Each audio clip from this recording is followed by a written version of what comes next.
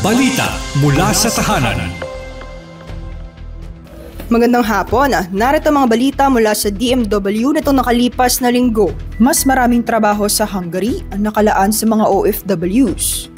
Sa pagsisikap ng Department of Migrant Workers, mas marami ng trabaho ang nakalaan ngayon para sa mga overseas Filipino workers sa ilalim ng Guest Worker Program sa pagitan ng gobyerno ng Hungary.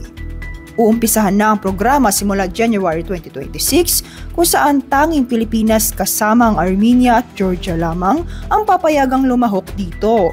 Sa pangunguna ni Secretary Hans Leo J. Kakdak, pinuksan ng DMW ang bagong Migrant Workers Office sa Budapest nitong October 18 para sa higit na mapagsilbihan ng mga Pilipino na nagtatrabaho sa naturang bansa. Nakipagpulong din ang kalihim sa mga miyembro ng Filipino community doon para tiyakin ang serbisyong red carpet, not red tape. Nasa 14,000 Pilipino na ang kasalukuyan ng tatrabaho ngayon sa Hungary. Balita mula sa tahanan. OFW Pension Act isusulong sa Senado.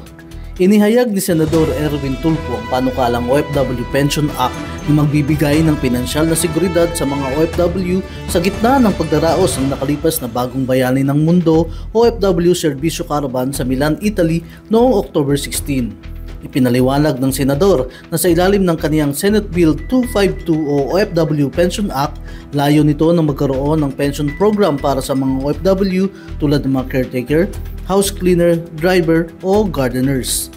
Sa pamamagitan ng OFW Pension Act, hangad din Tulfo na baguhin ang nakasanayang kwento ng mga OFW mula sa ubos ipon tungo sa may seguridad at dignidad na pagtanda. Kasabay nito, ipinagpatuloy ang OFW Servicio Caravan na pinangungunahan ng DMW at OWA, katuwang ang 11 government agencies at isang NGO. Bahagi ito ng direktiba ni Pangulong Ferdinand R. Marcos Jr. na ilapit ang serbisyo ng pamahalaan sa mga Pilipino sa abroad. Ayon kay DMW Undersecretary Dominic Rubia Tutay, ang Caravan ay patunay ng pagpapahalaga ng gobyerno sa sakripisyo ng mga OFW.